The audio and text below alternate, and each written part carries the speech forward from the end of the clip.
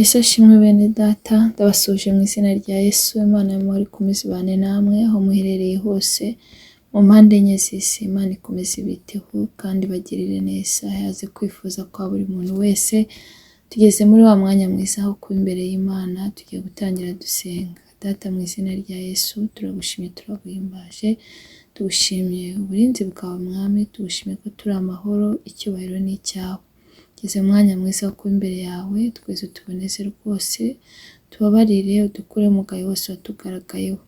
Tumara kutubabarira, tuguhe karibu n'ikaze, ngwino ubane natwe mu mwanya wo kuririmba, utwemerere indirimbo kubera umubavu uhumura neza kandi umwanya w'umumaro. Icyo twanze ni gukora ku mwanzi, mu izina rya Yesu dutumiye Mwuka Wera kugira ngo azabane natwe muri uyu mwanya, ntabe ari twe, ahubwo izina ryawe rishyirwe hejuru ubu n'iteka ryose, amen. Tugiye gukomeza turirimbana indirimbo ya 82 mu ndirimbo zo gushimisha Imana. Mwami wakomeretse, nitwe waziraga, wahemutyo Mwami ushinyagurirwa. Kera utaraza mw'isi, wari ufite ubwiza, dore uko bagushyize muri abo bambuzi. Kera utaraza mw'isi, wari ufite ubwiza, dore uko bagushyize muri abo bambuzi. Mpindukirira undebe, Mukiza w'ukuri, n'impano y'imbabazi njya nkuboneramo. Yesu warampfiriye, n'ibyanjye wazize,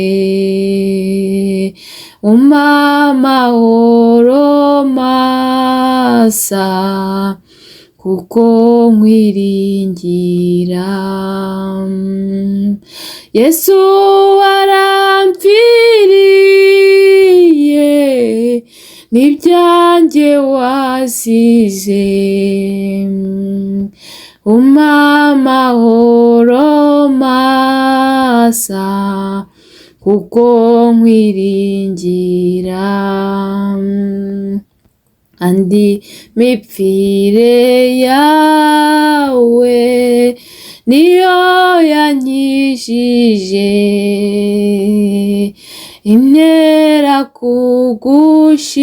kugushima mu kubaho kose. Imbabazi ni izawe, Mucunguzi wanjye, naho urupfu rwantera ntacyakunkuramo. Imbabazi ni izawe, Mucunguzi wanjye,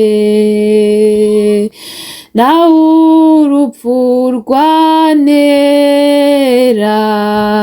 ntacyakunkuramo. No mu ipfa ryanjye Yesu uzambe bugufi, urupfu ntirunsinda, uzamara ubwoba. Koko umubiri wanjye uzabora uveho, nyamara nzakubona mu maso mukiza, kuko umubiri wanjye uzabora uveho, nyamara nzakubona mu maso mukiza. Mukiza wanjye mfite ubwuzu nishimwe, ngo ndebe inkovu zawe wagize ku bwanjye, umpe kunesha rero nk'uko wanesheje, hahirwa uzapfa apfira muri wowe Yesu. Umpe kunesha rero uko wanesheje, hahirwa uzapfa apfira muri wowe Yesu. Umpe kunesha rero uko wanesheje, hahirwa uzapfa apfira muri wowe Yesu. Amena. Umpe kunesha rero nk'uko wanesheje, wahirwa uzapfa apfira muri wowe Yesu. Imana iguhe kunesha nk'uko Yesu yanesheje, iguhe kwihangana nk'uko Yesu yabashije kwihangana, kandi ngo hahirwa uzapfa apfira muri Yesu. Imana itugirire neza. Umuririmbyi aratubwiye ngo umwami wakomeretse, ngo nitwe waziraga, ngo wahemura utyo mwami ushinyagurirwa, ngo kera utaraza mu isi wari ufite ubwiza, ngo dore uko bagushyize muri abo bambuzi. Imana itugirire neza. Yesu yarakomeretse, Yesu yaradupfiriye, Yesu yarakubiswe, Yesu yarababajwe kubera njyewe, kubera wowe, kubera urukundo yadukunze. Ariko ni ukuri buri muntu wese najya abiha agaciro uko bwije n'uko bukeye, ahe uwo mubabaro Yesu yagize ku bwacu, ahe urwo rukundo Yesu yadukunze turi babi, turi abanyabyaha. Buri muntu wese ajya aruha agaciro aho aherereye, bitume yirinda ikibi n'igisa nacyo, bitume yirinda icyaha n'igisa nacyo, ahubwo akora ibyiza akiranuka, kugira ngo uru rukundo ntiruzapfe ubusa. Imana itugirire neza. Nitwe rero Yesu yazize, ni njyewe yazize, ni wowe yazize. Nimureke tubihe agaciro kandi tubigire iby'umumaro, bidutere gukora ibyiza, kubera ko n'ubundi twaremewe imirimo myiza muri Yesu Kristo ngo tuyigenderemo. Imana itugirire neza. Yesu atari yaza mu isi yari afite ubwiza, nta kibazo yari afite, ariko bamubambye ari kumwe n'abambuzi, kubera ko yaragukunze nanjye arankunda, aratwitangira kugira ngo tubabarirwe. Imana itugirire neza. Umpindukirire undebe, ngo umukiza w'ukuri n'impano y'imbabazi njya nkuboneramo. Yesu warampfiriye, n'ibyanjye wazize, umpa amahoro masa kuko nkwiringira. Imana itugirire neza. Saba Yesu aguhindukirire, akurebe, kubera ko iyo Yesu ahindukiriye umuntu ibintu bigenda neza.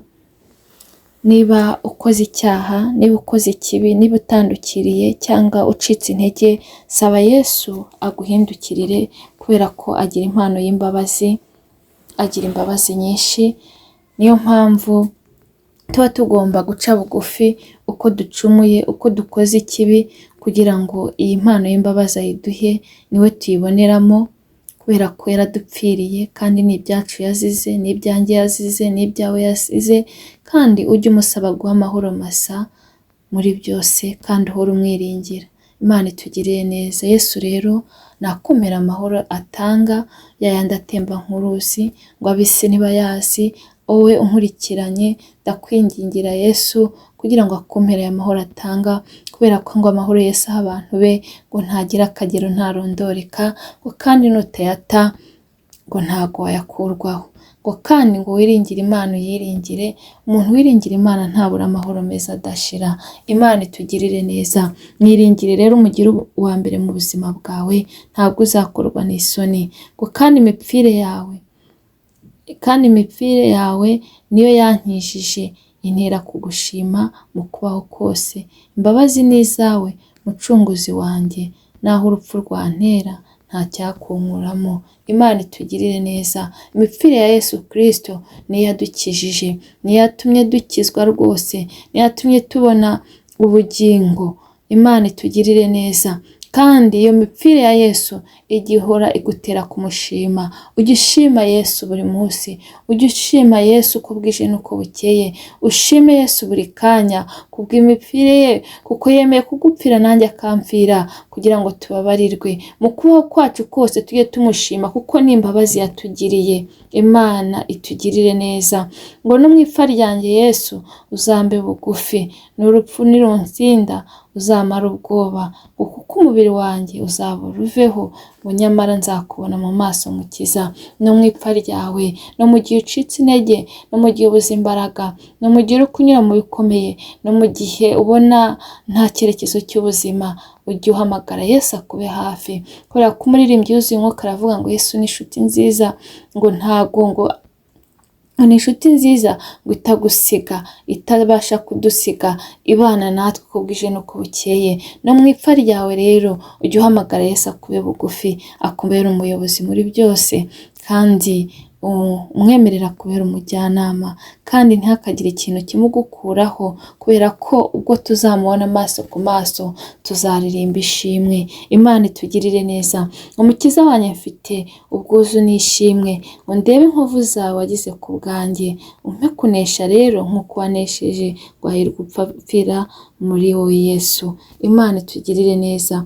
Ni ukuri dufite ubwuzu n'ishimwe byo kuzareba inkovu za Yesu yagize ku bwacu. Imana itugirire neza. Njye mfite ubwuzu n'ishimwe, nawe ndakwifuriza ko urigira, kugira ngo uzarebe izo nkovu Yesu yagize ku bwawe, kandi usabe Yesu agufashe kunesha, aguhe imbaraga kugira ngo ubashe kunesha ikibi n'igisa nacyo, ubashe kunesha ibikugerageza, kugira ngo uzambikwe ikamba ry'ubugingo. Imana itugirire neza. Ngo kandi hahirwe upfa apfira muri Yesu. Imana itugirire neza. Gupfira muri Yesu, ibyo wanyuramo byose, ibyo watambukamo byose, uri muri Yesu ni iby'agaciro. Imana itugirire neza.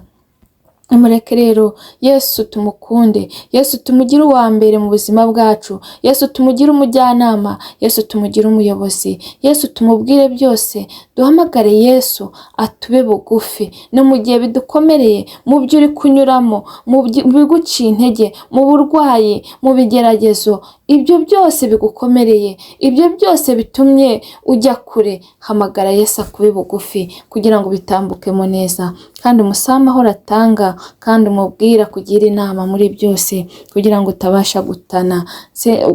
Uyu mugoroba rero ndakwinginga kugira ngo Yesu umugire uwa mbere mu buzima bwawe, kandi ntabwo nabura kubwira n'abatari bakira Yesu nk'umwami n'umukiza w'ubugingo bwabo, kugira ngo bamwakire, kubera ko muri Yesu harimo byose. Muri Yesu harimo amahoro, muri Yesu harimo umunezero, kandi niwe tubonera mu bugingo.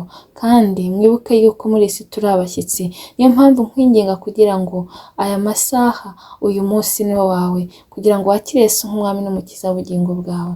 Uyu munsi niwo tuzi, ariko iby'ejo ntitubizi. Ntuvuge ngo namwakire ejo, ntuvuge ngo nzihane ejo, kubera ko muri isi turi abashyitsi. Imana itugiriye neza. Gukurikira Yesu ntabwo ari ukuyoba, ni amahitamo meza. Gukurikira Yesu ni iby'umumaro kandi ni iby'igiciro, kuko niwe tubonera mu bugingo. Imana itugirire neza. Reka dushime Imana kubwira ijambo, kubw'ubutumwa bwo mu ndirimbo. Data wa twese uri mu ijuru, turagushimye kubw'ubutumwa bwiza buri mu ndirimbo. Yesu waremeye uradupfira kugira ngo tubabarirwe. Wagize neza, ni ibyaha byacu wazize, ariko Mwami turakwinginze kugira ngo uduhe kwiha agaciro mu buzima bwacu, kandi uduhe kwirinda gusubira mu ngeso mbi, uduhe kwirinda gusubira mu byaha, mu izina rya Yesu Kristo. N'abankurikiye nabo bibuko nguko, ubahe kwirinda Mwami gusubira mu ngeso mbi, ahubwo ubahe gukiranuka muri byose, ubahe gukora ibyo ushaka, kandi ukomeze ubahe imbaraga mu izina rya Yesu Kristo.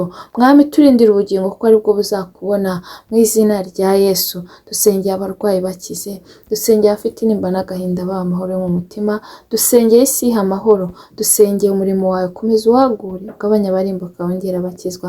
Dusengeye Mwami abatarakwakira nk'umwami n'umukiza w'ubugingo bwabo, kugira ngo ubahe kukwakira kandi ubabere umuyobozi muri byose. Mana igira neza, ukomeze ubiteho bagirire neza. Mana ikomeye rero ngo ukomeze utwagure mu buryo bw'umwuka, kandi wongere utugarukeho, wongere Mwami ugire icyo ukora ku buzima bwacu. Urakoze kumvishe gusenga, ariko sinabura kukwerekana ababyeyi bategereje urubyaro, kugira ngo nabo ubahe kwakira igitangaza. Urakoze Mwami kumvishe gusenga, kandi hari icyo ukoze, icyubahiro ni icyawe n'iteka ryose. Amen. Mwakoze cyane. Imana y'amahoro ikomeze ibiteho kandi bagirire neza, kandi muri byose ikomeze barindire ubugingo. Naho utaha. Bye.